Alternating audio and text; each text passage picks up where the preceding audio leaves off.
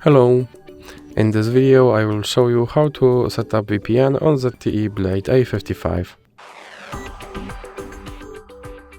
So you have to start by opening your Google Play Store, then click on search bar and type in Turbo VPN and click search. Now select this application and click install.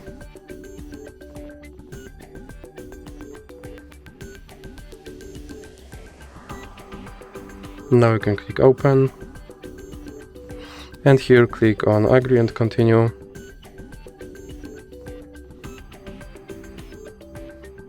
And now you can close this ad.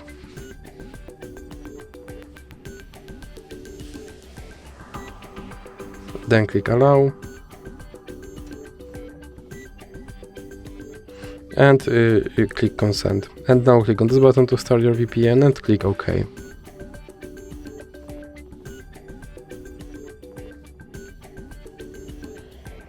Now you can close this ad. And as you can see, I'm connected to VPN in United States. So that's it for this video. If you liked it, please remember to leave a like and subscribe.